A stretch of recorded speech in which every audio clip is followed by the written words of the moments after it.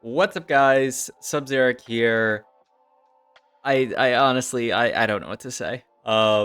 If you guys missed day 2 of TFT Worlds, if you're coming from an America's perspective, it was a disaster. You guys saw it yesterday in my VOD review. Dishsoap was number 1 overall, Socks was 3rd overall, and then we had Pocky and Weijin both in position to be in the final lobby. We could have had 4 people in the final lobby, but let's just scroll past the top 8 for now and look at just our America scores. These people in yellow, it seemed just every single person in America's absolutely fell apart today. Socks 8-5, 8-4, 6-1 to fall out of the top 8. Hockey 5-5, 2-6, 7-5, another bad day. And these are the best people aside from Dishsoap. If you scroll down further, you have Greya, who didn't have a great day 1. His day 2 was not great either. Zera, who had 3 eighths in a row. Weijin Iverson, who went 7-8, 7-7, 7, and then finally a 4th at the end. And then Lucas, who finally got some top 4s, but they were only 4ths, and his other games were all bot 4s. It was a painful day. It was a painful day to look at every lobby and see NA players bot 4ing again and again and again. And looking at these scores, 5 of the bottom 8 are American players. Oh god, it's so bad. It's so bad. And you can't even cope that, like, oh, NA is good. It's just America's bringing us down, because Weijin Iverson and Gray are down here as well. Now, there is one glimmering piece of hope, and it was always going to be this way. It had to be this way, so hats off to the script writers at Riot Games for this. We have one final hope, and that's Dishsoap, he was 1st overall yesterday. Remember his scores: 1-7, 3-3, 1-1. Fantastic day 1. His day 2 started okay and then went horrible.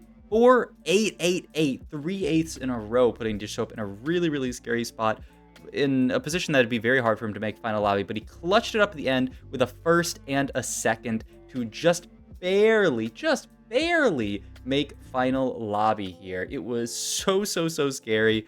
I was sweating so much watching this last game. I was reminded of watching NA League of Legends players play when, I would tune in and watch NA at Worlds, and NA just gets destroyed every single time. And luckily we have Dishsoap in the final lobby. To round out the rest of the final lobby, we have Double 61, the first ever TFT World Champion from Europe, 73 points, so just utter domination.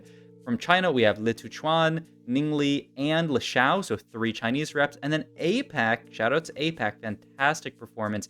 Bintium, Asta, and Dr. O. Bintium and Dr. O both from Korea, so fantastic performance. They were the only 2 Korean players at the tournament, and they both made Final 8. And then Asta from Vietnam, so fantastic performance from APAC as well. Now, I will say, if you go over to regional AVP, I don't even want to look at this. America's AVP is in the 5s, just absolutely horrible overall. I mean, who was even positive? It was Socks, it was Pocky, it was Dishsoap, and then everyone else was in the 5s for America. All right, let's hop into the VOD. We are going to watch a Dishsoap VOD. This is actually a VOD from day 1. This is a game that I really wanted to review. And with Dishsoap going to the finals, I think it is very timely. It's very reasonable to VOD review a game from Dishsoap, because he barely clutched it out today. It was really scary. Let's check Exalted first of all. This is one that you can maybe play with.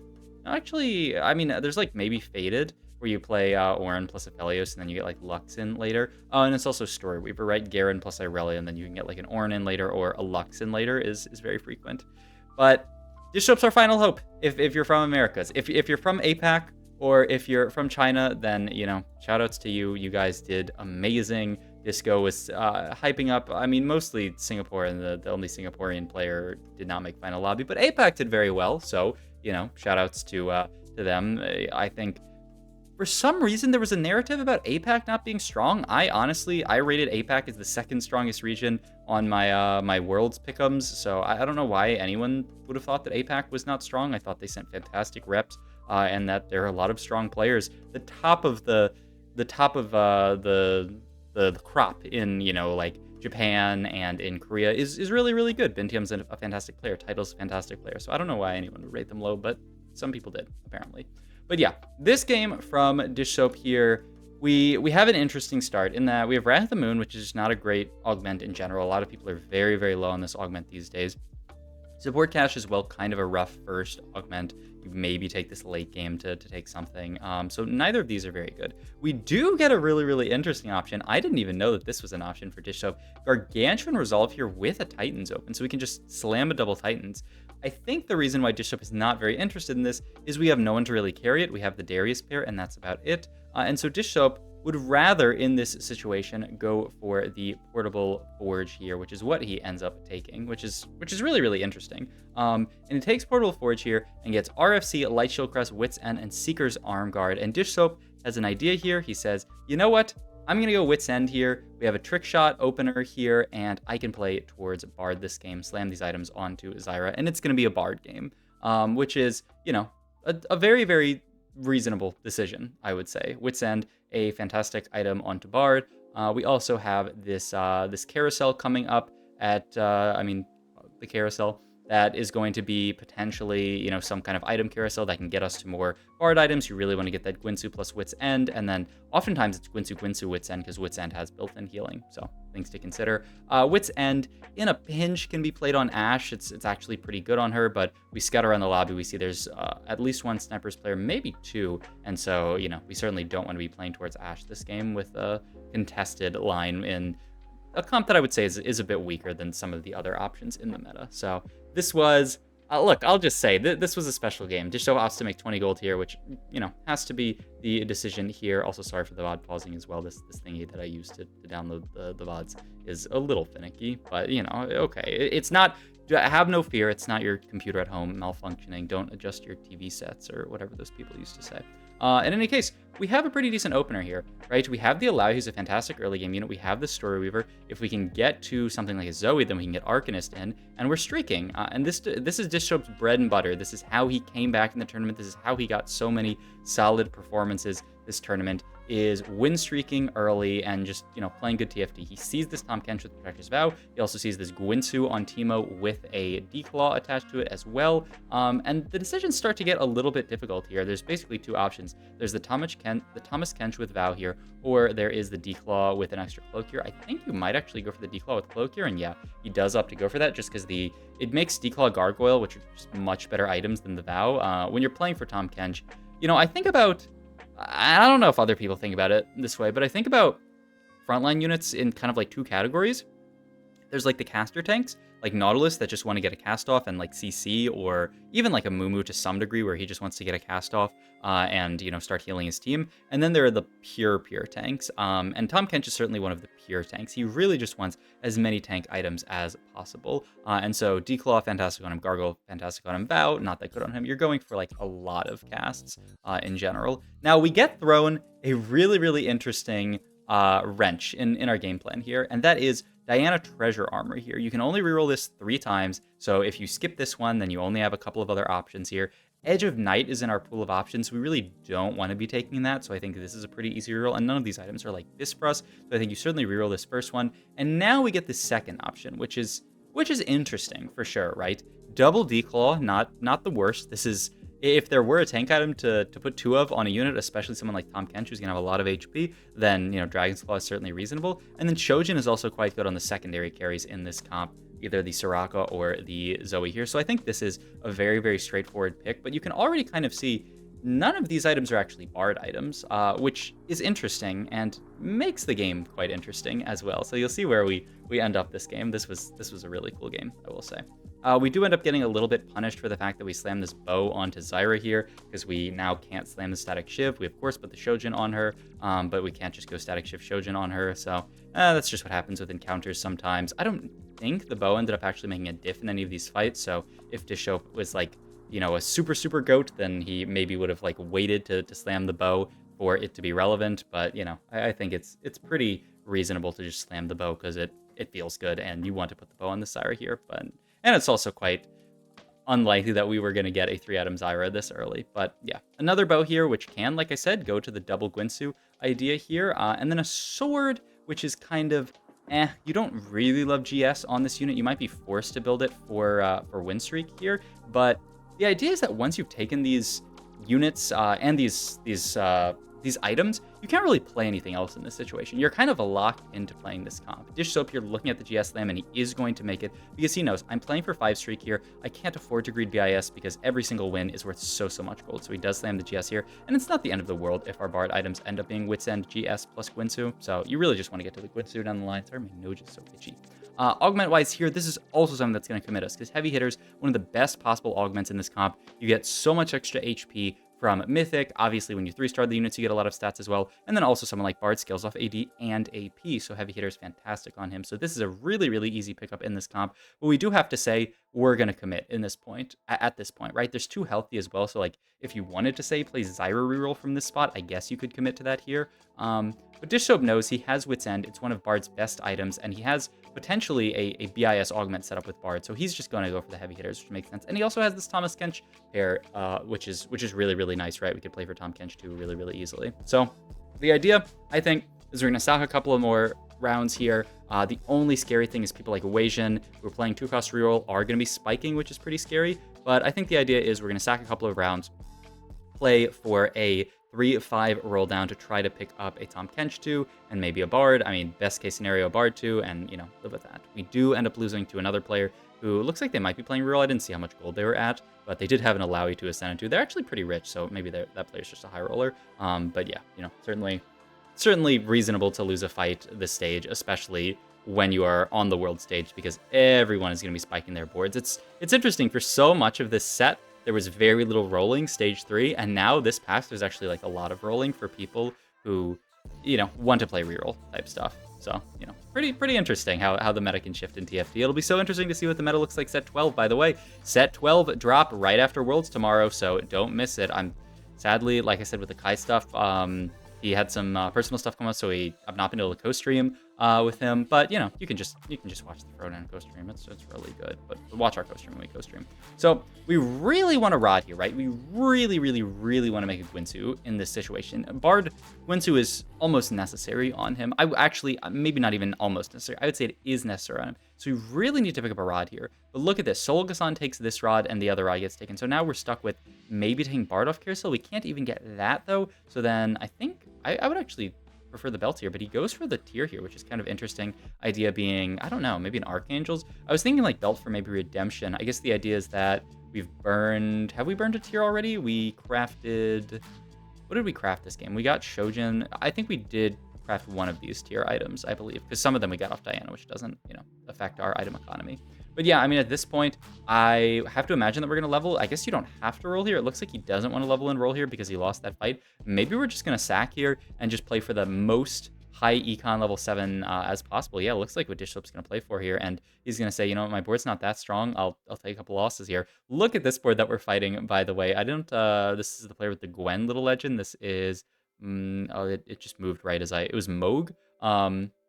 This person, double econ augment, rolled like 30 gold, maybe more, on 3-3 at level 8 and picked up a Zaya, and I believe they also ended up with a Udyr as well, so kind of a crazy setup from them. But yeah, Dishsoap just saying, you know what, I streaked early, I'm just going to lean into this loss streak here because everyone's so strong. I'm going to rotate into this Kog'Maw reroll board from Bapsera as well, and so, you know what, it's fine. I'll take my losses here, I don't need to spike my board, and I'm just going to pre-level to 7, so I have max gold on 7, I take a 4 loss here, so I have, you know, a good loss streak going into Wolves here, and now I'm going to spike my board. We see a couple of Sorakas on this roll down, we see, and we're going to start pivoting into this board, which is the traditional Bard board, right? This is the board where you're playing Mythic, you're playing the Zoe and the Soraka to kind of support your board, and you know, this is like the first Bard board that a lot of people ended up talking about in TFT, and then you can also fit Storyweaver in with Riven and with Sivir here. So we're gonna continue to roll down here. We finally pick up the Nico, who fits, you know, gets everything linked up. It's the Arcanist, it's the Heavenly, and it's the Mythic here, which is really good. And it's nice. We get a decent number of Tahm Kenches. We can move these items over to Soraka. We can move these items over to Bard. But let's look at our items here for a second. We got dropped tier, glove, tier. So we have to make a blue buff, essentially. We have no Bard item here, really, in that, you know, like we don't have the Gwinsu's Rage Blade. And so an idea starts to form that maybe we can't actually play like Bard reroll version. So we're gonna put a blue buff onto Zoe here. It's, you know, okay on here. With this many tiers, you're kind of forced to build blue buff. The idea is maybe one of these tiers can end up being like redemption down the line. One of these bows could go to a Bard item if we hit a lot of Bards. Who's to say? And you know, this is just the situation we end up in. But with so few Bards and with no Bard items essentially, you have to start thinking about, okay, what's our contingency plan here? And I think a lot of people would say, well, we're playing Bard reroll. I'm just going to keep rolling for a Bard reroll. But Dishsoap has a different idea here, which I think is so cool. We reroll this first augment, reroll Radiant Refractor because it's just not that good of an augment. And we're going to opt to take an augment that has not been very good all set. I know you guys want the Cult of Chaos, but it's not the Cult of Chaos here. It's the Cyber Uplink. And we are no longer going to play for Bard as our main carry here. We are pivoting into, people call this comp Princess and the Frog, where you're playing more around Zoe and Soraka and then still using Tahm Kench as your frontline. And so this is no longer a Bard comp. We cut the Bard completely. We continue to roll down here. We pick up a Lilia that gets onto the board, and we're just rolling to try to stabilize. Dishsoap says, I need to roll down here because I'm so close to hitting everything, and I really just want to stabilize my board. We hit the Soraka, we hit the Tahm Kench as well, and now we're going to stabilize on 60 HP. We move some of these items over to Lilia. Blue buff's going to be a lot better on Lilia than it is going to be on that Zoe. Move the Shiv over to Zoe, and then we're going to look for Soraka items, because Soraka is going to be our main carry with Lilia in this comp, which is just a crazy variation on the comp, and we do have this really tanky Tahm Kench here. This was so cool to see from Dishsoap, because I think so many people, you know, they'd say, okay, I'll take Radiant Refractor and make like a Radiant Gwinsu and throw it onto Bard. But to see, I'm not hitting Bards. I don't have a rod for the Gwinsu onto Bard. Like, this game is going to be so hard if I decide to play around Bard. Dishsoap instead says, you know what, I'm going to play this version of the comp. I'm going to put Shojin and GS on Soraka and main carry her. I think this game was an absolute masterclass. Just deciding to pivot your perspective this game, and also to roll down here, because I think at this point Dishsoap was saying, I need to stabilize. You know, I'm not playing for max cap here because, you know, I could have, we could have econ for a couple more rounds, but instead of playing for max cap, we are just going to try to save a lot of HP because, you know, he's afraid in this situation that, you know, his game is going to end up really poor. We end up picking up a bow here. This can be for a red buff, right? I don't believe we have heal cut here. A lot of these units spread it quite well. Yeah, Lilia spreads it okay. Zoe spreads it pretty well. It's a third item onto Lilia, which is nice, and she's going to be kind of our secondary carry along with the Soraka. But yeah, I mean, at this point we can start pushing levels. We can get more mythics in. We can potentially get like Sage in. It'll be interesting to see. I don't recall exactly what, like I said, well, I don't know if I said this, but I did watch Dishsoap play this game live when I was watching the co-stream, which was such a treat to watch because so many people were like, you know, sweating very hard about this game. They were saying, oh, like, is his spot going to be okay? But you look at the scoreboard, you look at the streak, and we keep going up. We have a Tahm Kench 3. We have Cybernetic Uplink, which I think is just such a crazy take in that this is just an augment that, like, if you look at the statistics for this augment, they look like garbage, you know? This is an augment that so few people have wanted to take the entire set, but it makes sense in this spot, right? We got all these extra items this game, so we can itemize fully our Soraka and our Lilia and our Tahm Kench while still getting uplink value. And the value of uplink is very high in a comp like this. We have Soraka who getting all these casts off, you know, chaining these silences is really big. Getting multiple Lilia casts off with the blue buff is going to be really nice. So it's just, it makes sense. It's good TFT and it makes sense. And Tahm Kench is enough of a tank, almost, you know, all on his own at this point. So we can just throw him in there and be happy about that. So I love how Dishsoap has piloted this game. And, you know, he of course, he's Dishsoap, so he continues to pilot it well. We have a sword, a tier, and a glove here. Once again, I have no clue what Dishsoap ends up going for in this situation. Thinking maybe like Shojin onto Zoe, but the problem is then what's your last Soraka item? Maybe Reforged Glove, but there's so many bad things that it can roll into. You really want to look for a good last Soraka item here. Some kind of AP item would have been good, like some kind of rod, like an Archangels maybe, or even like a JG. Like that would be your dream here, is to get like rod and get JG. But yeah, I mean, this is actually really tough. I have no clue what Dishsoap ends up going for in this situation. I mean, you could spread some of the components. The idea is maybe you could like Shojin Zoe and then spread the other components for uplink. But then the problem with that is your 2-item Soraka. I don't think you can live with a 2-item Soraka in this situation. I want to reforge something. I'm just afraid, right? You know, like if you reforge the sword into some garbage, like a chain vest, then your items look really bad. Your hope is to reforge into like a rod. But you know, you have Shojin here, maybe reforge the glove here, and then you just build something out of the tier. I guess that's the idea, but this is actually a really, really tough decision with the Reforger thrown in as well. And yeah, you can see Dishsoap, just the way he's moving his mouse, he's like, what is this? He opts to Reforge the tier, wow, and says, you know what, I don't need more mana in this game. I don't even need a Shojin onto my Zoe, I just want damage. Picks up a bow here, which I don't think really fixes any of our issues. We can make double GS onto Soraka if we really want to. She is a front-to-back carry, so, you know, it's not horrible. And then what is this glove? And then use the... And then we just spread uplink value with the glove plus another component. Maybe? I'm not sure what Dishsoap ends up making here, but I know that this is really, really tough here.